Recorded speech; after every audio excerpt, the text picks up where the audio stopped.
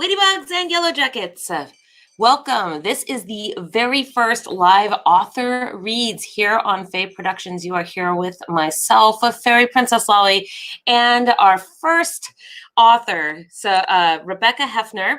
And please give her a welcome, if you will. And Rebecca writes paranormal romance series. Yes, I've got that right. Yes. Okay. So I am going to, this is mostly going to be her show today. She is going to read an excerpt from you from one of her books, but I still do not know which one she's chosen. So it is a surprise. And please do. This is the first time we've done something like this on this channel. We are branching out into all new territories as a result of the quarantine. So please let us know what you think. And when she is done with her reading, she is going to hang around for a little bit and answer some questions. If you guys have some Q&A that you'd like to throw some stuff out there, you can actually feel free to enter your questions at any time because we should be able to see them in the chat.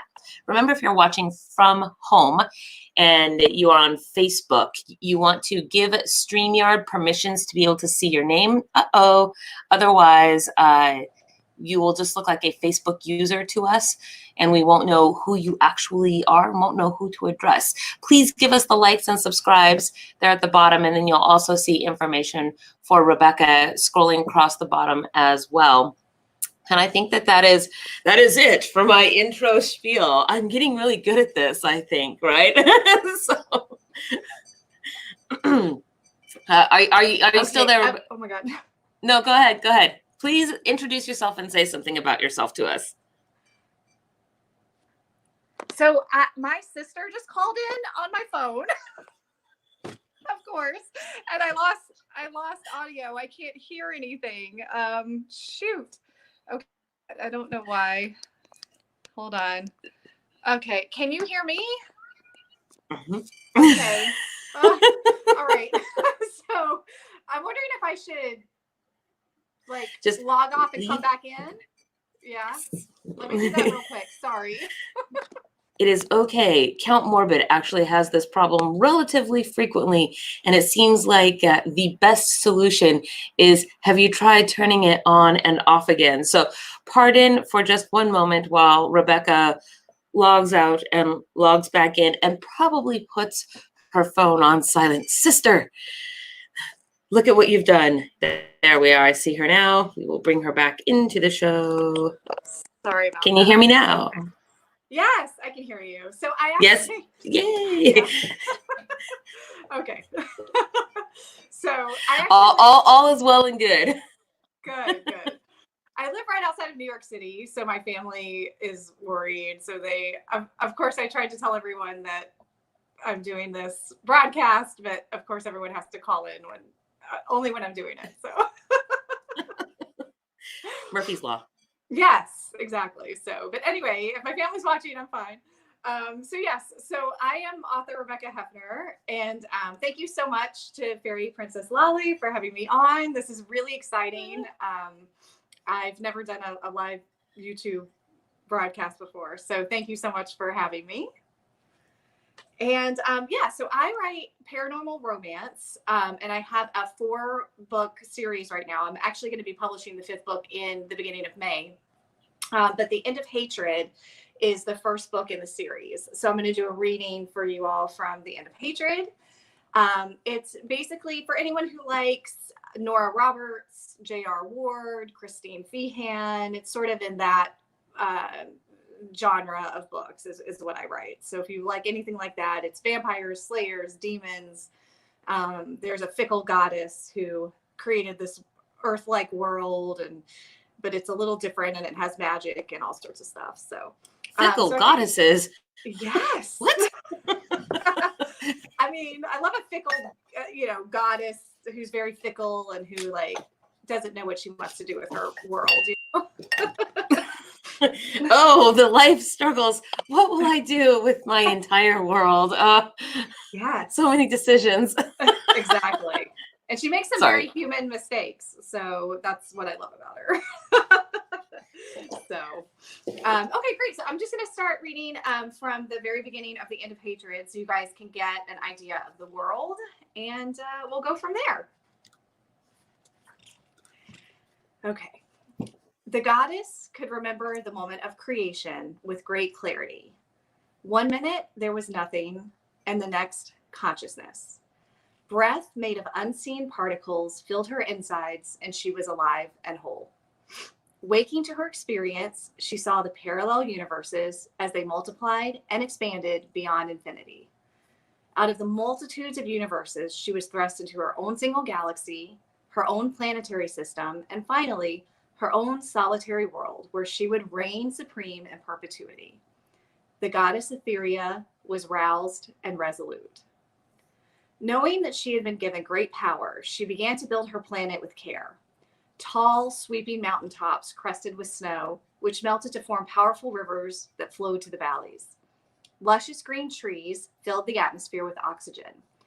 Powder puff clouds absorbed the moisture in the blue atmosphere and returned it to the soil with loving care. Etherya's earth was thriving. But being a goddess was quite lonely, and she found herself longing for companionship. She would breathe out long sighs in solitude that whipped the tree branches for hours and caused the waves of the oceans to slap upon the shores. When she could take no more, she created intelligent life. With immense concentration, she spawned the Slayera, and they were beautiful. Gentle, loving creatures with no room in their hearts for hate or conflict.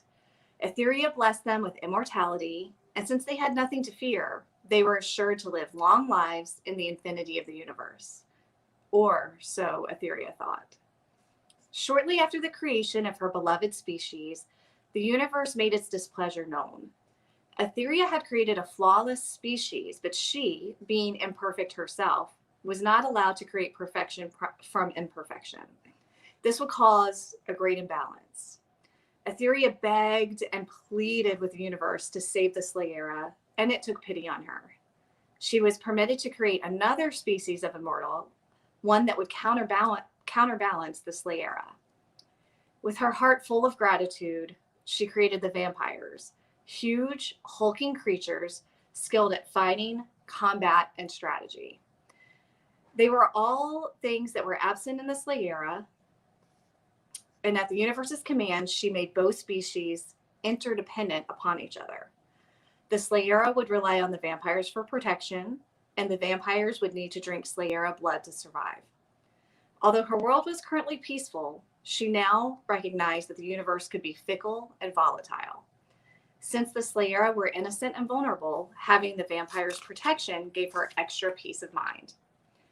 They were two imperfect species living as one, a yin to the yang. The universe also commanded that Etherya let humans exist and evolve on her world. They had done quite well on another planet in a far distant galaxy, and their ingenuity and intelligence would need to be tested in a new environment. The goddess had no need for humans, which she saw as bumbling and useless, especially in their mortality. But it was a small price to pay if she could keep her two beautiful species, both created from her womb, and develop them in the harmony of her exquisite world. Demons also evolved, another species of immortal, but they were weak and chose to live in the darkness of their underground caves. The goddess regarded them as insignificant anomalies, beings that would never bother her precious species. For thousands of years, the Slayera and the vampires coexisted in peace. Etherya would reward them with blazing sunsets, good harvests, and sun-kissed days that turned into long, balmy nights. She was grateful for the abundance of happiness she felt when she smiled down on her small, precious sphere. And then, in what was perhaps the blink of an eye in the span of all things, all was shattered. The night of the awakening had come. So that is the prologue. And from here, you learn that the awakening is unfortunately when the Slayera king murders the vampire king and queen. And no one really knows why in the beginning, but it certainly destroys the peace between the two species and thrusts them into a 1,000-year war. The plot thickens. Yes. So so thank you for reading that. That is definitely a good setup. Thanks. I'm curious, well, it just drops off right there. I mean, right? Yep. And then evil enters the land. Dun, dun, That's pretty much dun. it. Yep.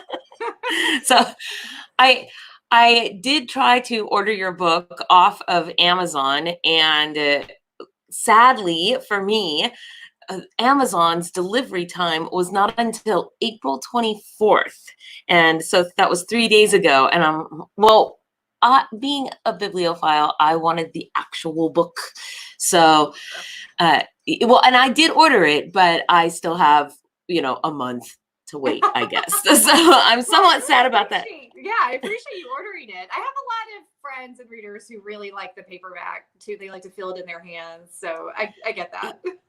I get now you also though have it on ebook, so people can get that on Amazon on Kindle. And so let's take a real quick look here at we'll do a little screen share and we will look at your Amazon store real fast. Cool. Yeah. All this highfalutin technology. Dun, dun, dun, there you are. There I am. So yes, so this was The End of the Hatred that you did a reading for us from, of the prologue. Yes. Okay, and so 99 cents on the Kindle edition, is that correct? That's correct. Yeah, I put it up for 99 cents on Kindle just because with everything going on in the world, I know people are people have more time on their hands since we're all kind of quarantined at home. And so I figured for 99 cents, if anyone wanted to try out the series, that's the first book. And the series is best read in order because I love a good twist. So, this story evolves organically and not every character is who they seem to be. So that's why I put the first book for 99 cents. And that way you guys can try it and see if you like it. And if so, then you can continue reading. And then get the hook. That's so right. Approximately how long are these books? They're novel length? They are novel length. Yeah. So it's funny. I like to write really long books. I don't know why. I guess I'm very verbose, but so The End of Hatred is pretty long. It's over 100,000 words. And over 250, almost 300 pages in paperback. So, they're long, but I like a good long story. I like to sort of really build the world, especially since I'm doing world building with this. And world building is fun. Yeah. I guess many years ago, I was in a Barnes and Noble, and I don't remember exactly how I came across it, but I think that perhaps I had picked a book up on a shelf about whether or not books were going out of style. And an author had written a book about whether or not books were going. It's very Seinfeld, right? Like the coffee table book about coffee tables. Very meta. Exactly. Very much so. In this book, what he had said was one of the things that authors fret about a lot is writing too much.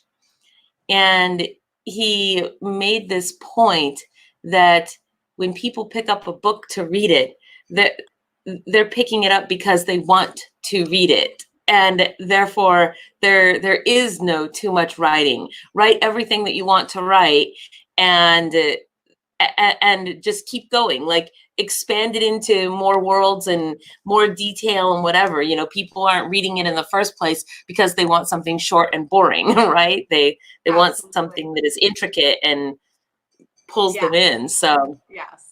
And when it sounds like you're a avid reader as I am. And like when I have a new book that comes out by one of my favorite authors, I want it to be long because I've waited so long. They're my favorite, right? So I can't wait to really get into the book. And, if it's only, 50 pages, I'm going to be like, man, I wish this book was longer. So yeah, I agree. you know, if you're reading that book, you probably want to get immersed in the world. And also, I have a really great editor, so she tells me, like, she'll be like, cut this part, you don't need this. So she can help me, like, if if it's too verbose, she can help me Right. out. Yeah. I always think of it, whenever I think of too verbose, and I confess, I think it might have something to do with the feel of the author's writing as to whether or not I consider it too verbose, because I do read quite a lot, and there are plenty of authors that I have read that go on and on about a topic, but it's interesting the whole time. And then there is Charles Dickens. And this is no slight against anybody who loves Charles Dickens, but I do remember from way back in my days at Fairy Academy reading, I don't know, perhaps A Tale of Two Cities. I'm not entirely sure. But he wrote 3 pages on the contents of a dresser. And also The Princess Bride, the written version of The Princess Bride, does this same thing where there are several pages, maybe it may even be a whole chapter, that is dedicated to just her wardrobe and the packing of her wardrobe to go on a trip. I mean, boring. Yeah. Probably, but yeah. it made more sense when it was explained to me, though, that these, at least the Charles Dickens story, not really The Princess Bride, was written in segments for people to read in the newspaper each week. So if you were to separate that out, right, over, you know, and he gets paid for each segment, that makes a little more sense. I'm sorry, I don't mean to talk about Charles Dickens. I'm just... It makes, right, but in context, you know, it makes a little bit more sense. I'm long form agreeing with you. Yeah, I get it. Okay, so I do see a couple questions from the audience, if you would like. Sure. Yes, I have what do you find most difficult about writing books, and how do you get through that trouble? Writer's block. Gosh, there are so many things. So I'm a self-published author. I created my own imprint called Reading Goddess Press, and I publish all of my own books under my publishing imprint. So I do everything. I don't just do the writing. I do the marketing and the formatting and everything. So the writing actually comes pretty easy. I mean, I don't really experience writer's block or anything. Sometimes I have trouble. I'll know that I want to do a scene between 2 characters or 3 characters where there's conflict, and I'm not sure which setting to put it in. So I have to think about that a little bit. And sometimes I'll end up writing it in 2 or 3 different settings to see which one is best, and then throw out the other 2. So sometimes you just have to, like, throw stuff out.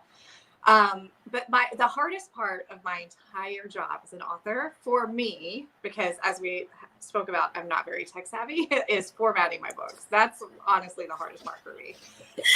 So once I get these 100,000 word books written, then I have to format them. And there are so many different formats. For Amazon, ebooks have a format. Amazon paperbacks have a format. And then if you sell books on Barnes and Noble, their ebooks and their paperbacks have a different format. It's like a whole. So for me, that's actually what was the hardest thing to teach myself. I mean, I have it down pat now, pretty much. But so you have to format the book separately and differently for every one of those platforms that you put it on. Yes. Oh my gosh, that sounds so time intensive. That's incredible. Yeah, it definitely was in the beginning. Thank goodness, I'm much faster doing it now because I have several books published now. But you know, this is my business. So when you're, and you know, running your own business, when you are a business owner, for me, I decided it was going to be that I needed to learn how to do this myself, so that if I needed to make on the fly changes, I could do it. So yeah, I just like watched a lot of YouTube videos and taught myself how to do it. It was painful. YouTube is excellent for that. What do you think if somebody is a new author that wants to follow in these similar footsteps? What do you think is the easiest platform to merge yourself into that, right? To ease yourself into the whole editing for yourself, not editing, but what would you call it? Copy it? No, I don't know. What do you call that? Formatting? Formatting, maybe, yeah. I mean, Amazon is definitely hands down the easiest platform to use, and they are the most prolific platform in that's where I get the majority of my sales. Nothing against Amazon, but they're kind of a monopoly. I mean, I do have most of my books on other platforms like Barnes and Noble, Kobo, iBooks, which is Apple, obviously, and Google Books. But the percentage that I sell on those sites is just nothing compared to Amazon. So whether we all like it or not, that is the platform. But the good news is that Amazon, their self-publishing, it's called KDP, Kindle Direct Publishing is what it's called. That's what it stands for.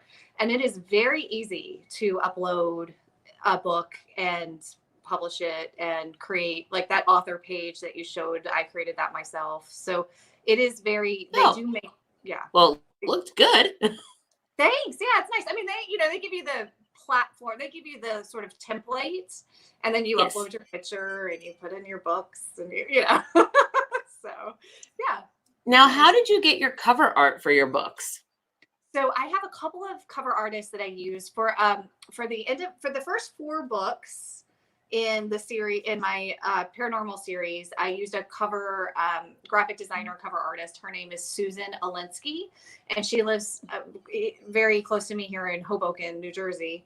And so I used her for the first 4 books, and then I met a new cover designer, graphic designer on Twitter, because Twitter is where you meet like so many cool people. And I decided to use him for my next couple of books, just to like switch things up and keep them fresh. So his name is Anthony O'Brien, and he owns a site called, I think it's called bookcoverdesignstore.com or something like that. Anyway, so he did my new book, A Paradox of Fates, and he also designed book 5 in my Theories Earth series, which will be coming out soon. I don't have that one on Amazon yet because I'm waiting to reveal the cover to make it like more exciting. Okay, so I have a question about, I want to circle back a little bit to something you said, if we can. Is that okay? Yeah, sure.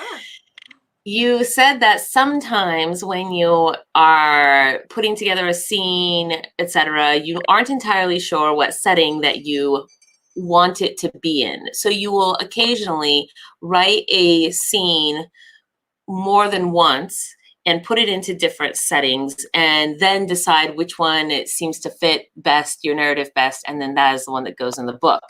Now, that implies, of course, that you have the unread, the never before seen excerpts,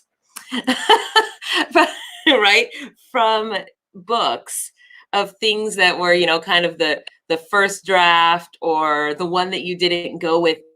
Do you ever save those, and do you ever do anything with them if you do? That is such a good, no one has ever asked me that. That's such a good question. I save all of them in my little folders. And I mean, so The End of Hatred, which is the first book I ever published, I started writing that over 10 years ago. I never expected to publish it. It just, these characters appeared in my head and I just started writing it, and I loved romance novels and fantasy novels. So I just was like, oh, I'll start writing it, whatever. So I had probably like 37 manuscripts of that book in my computer, in various states of disarray and not finished. And, when I decided I was going to become a full-time author, I actually took writing classes to become a better writer. So every once in a while, I'll go back and read those manuscripts that I wrote 10 years ago, and they're so bad. But, it's just really interesting to see the different things. And then sometimes, I write steamy scenes in my books because I just love a good steamy scene. I think they're like, when there's a good intimate, like, sex scene between the characters, like, it really opens something into the character's soul and lets the reader see it. So I don't shy away from that. It's not erotica, but it's just like very like steamy, scenes. And sometimes I'll write them and they'll like be a little too much, and I'll be like, I can't read the book. Like, I'll be like, oh, that is erotica. Pull it back. Yeah, like that actually is, I'm gonna have to keep that out of the book, but I keep them in my folders. I'm like, oh, just in case, like down the road. So Hey, I have so many different. I never throw anything away. I'll delete it from my main manuscripts, but I always keep what I wrote. I just feel like just in case, God forbid, like, you know, if they ever made a movie out of it or whatever, which would be amazing, then I don't know, they would be worth something. Or I don't know. Yeah. Hey, you never know. Yeah. And you know, okay, so another question sort of related to that. One of the things that I have seen people do in fan fiction is they will, let's take Harry Potter, for example, right? They'll take, say, some minor reference or minor characters and a tiny little interaction, and then they'll write a whole story. Or Star Wars is another thing that I see this, where they kind of will take a small thing, and then it becomes, it's like the Mandalorian, I guess. Oh, we're being visited by a kitty. Don't go love on my, she loves to love on my light, so I'm sorry if she's about to bump the camera. She, yes. Mine is sleeping because that's all she does. So. Cats and books go together, right? Yes. It's like a techno beat. Cats and books and cats and books and cats and books. Exactly. So have you ever done that? Have you ever done just like maybe a little elaboration off to the side of a couple characters, or, you know, a nightclub or something that maybe exists that gives it a little bit of a backstory or side story? Yeah, I think I'm going to start doing that more as I publish more books. I just signed up to do an anthology so I'm going to supply 30. Yeah, so it's my first anthology, and it's with other paranormal and fantasy romance authors. And I'm going to, the limit is, I think, 25 or 30,000 words, which is way less than I usually write, as we spoke about. So yeah, I'm already trying to figure out which characters. I definitely want to write it about, 2 characters from the Etherya's Earth world, and I'm trying to figure out right now who I want to write it about. But I think it'll be interesting because I'll really be pulling those characters. There'll be secondary characters that I'll be pulling out. Yeah, that's a good idea. Yeah. And yeah, so then people can kind of, there's this little portion of the world that only people who read the anthology get the clue in on. I like it. That's clever. Yeah. So we'll see if I'm still figuring out like who it's going to be, but I have some ideas, and I'm excited about it. So yeah, I love that. Down the road, I think I'll do that more as I grow readership and things like that. I think I'm going to start writing small stories. I don't know if you've ever read the author Kit Rocha. It's actually a duo writing team that writes really awesome like sci-fi fantasy books. This does not sound familiar to me personally. Okay. Yeah. But I am sometimes terrible with author names. I get engrossed in the material, and then I remember the material, but not necessarily its source. Well, it's better to remember the material. That's good. That's what we want as authors. We'd rather you remember, like, what's that book with the, like, I love the characters. We'd rather you remember that. So that's good. But yeah, I'm a big fan of Kit Rocha and their books, and they now publish little, I think they call them slices of life or whatever on their website, and you can go on and read, and they're like 10,000 word little novellas that they publish. And I'm like, I want to do that one day when I have time. There's no time. Okay, we have one other question if you would like to take it. Sure. Okay, I see. What other authors inspire you the most or influence you the most? So Kit Rocha is one. I only discovered this writing duo like maybe a year or 2 ago, but their books are really amazing. They're really steamy too, which, like I said, I like. But they have such great character development and they're very emotional, and like it's a sci-fi futuristic dystopian fantasy thing. That sounds cool. Yeah. So they probably sort of helped me. They're probably a big influence. And like, I just wrote I started a new sci-fi romance series. And the first book I just published, it's called A Paradox of Fates. So I would say they're like, a big influence. Also Nora Roberts, because she writes really great, not only paranormal romance she writes, but she just published this new dystopian trilogy. I think it's the Chronicles of One trilogy, but I love her. Anything she writes is amazing. So yeah, I've always loved sci-fi, fantasy, time travel, and all that stuff. I'm a bit of a science geek, so I knew I was going to write something in that genre eventually anyway. And then on the paranormal romance side, I think my biggest two influences are probably J.R. Ward, who writes the Black Dagger Brotherhood series, and Nora Roberts again. So, and also, I mean, I'm also just an avid romance reader. I really love Lisa Kleypas. I think she writes historical romance. I would never be able to write historical romance because it's just the research is too intensive, and I don't have enough of a desire to spend the time to get it historically correct. But I like more creating my own fantasy worlds. But anyway, I aspire to create the emotion between my characters that she creates in her books, because I think that she does a really good job with that. So yeah, I'd say Lisa Kleypas, J.R. Ward, Kate Rocha, and Nora Roberts are probably my biggest influences. Now, I have a question, but I don't want to ask it to you because I do, but I don't, and I don't want to put you on the spot. Is what I don't want to do. I'm not easily offended. Don't worry. Well, I don't think it will be an offensive question. Okay. Gosh, I hope not. Anyway. If it is, you can feel free to reprimand me, but I surely hope not. Before you came on the show, we had talked previously about whether or not you might want to do something like a Q&A on Discord for our Patreon subscribers for the channel. And you were willing to do that. However, I was not blessed with an abundance of time in order to set that up. I mean, everybody at home has so much time now, except for now I'm scheduling tons of things, and so suddenly my time at home evaporated. Yes. So I did not get a chance to set that up, but I was wondering, circling back once again to those nifty little excerpts, if you might be willing to part with one of those small excerpts for our Patreon subscribers, that we could maybe share a clip with them from a deleted scene.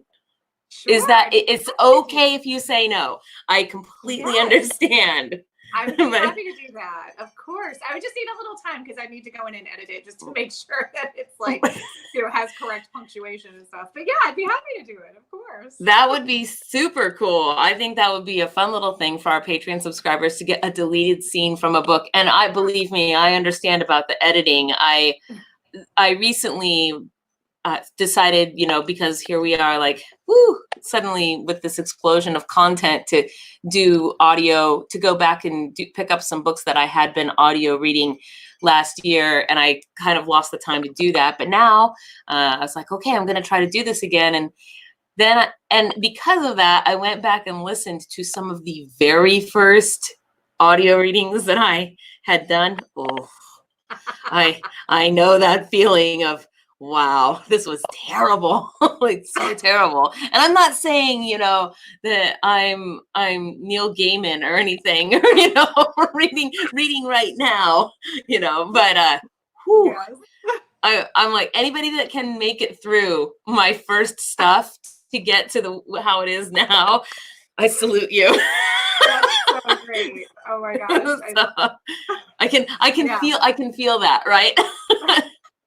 Well, it's amazing because when I go back, I don't go back and look at it a lot because it's painful, as you're saying right now. Yeah. But I will say that I think the one silver lining is that when I go back and look at it, it at least reminds you of how far you've come. Like, I'm like, God, I really am a much better writer now. So it's great. Well, years ago when I was taking flute lessons, my flute teacher, she made me record, like in one of my first couple lessons, made me record playing some song. And then a year later, because boy, I didn't want to, but a year later, she says she made me record whatever I was working on then. And then she said, now listen to these back to back. And she said, this is how you used to sound, and this is how you now sound. And so you're right. I think that is a very good bright side to going back and listening or reading your old stuff. It's just, you get to see how far you've come and developed. And because, we don't notice it, right? Right. I don't notice it as somebody doing this, but I'm sure if I looked at my first episodes of even this, I would be like, what was I doing? So yeah, so that is a really good, I like that sunshine perspective. So right, yeah, it's a good way to just like be optimistic and see the silver lining. And I was listening to a podcast, I don't remember who was giving the podcast. It was someone who had done a lot of podcasts, but he was saying the same thing of like, he went back and listened to his first, he had done like 120 podcasts. And he went back and listened to his first one. And then he did a podcast where he just replayed snippets of his first podcast and just the laugh how bad they were.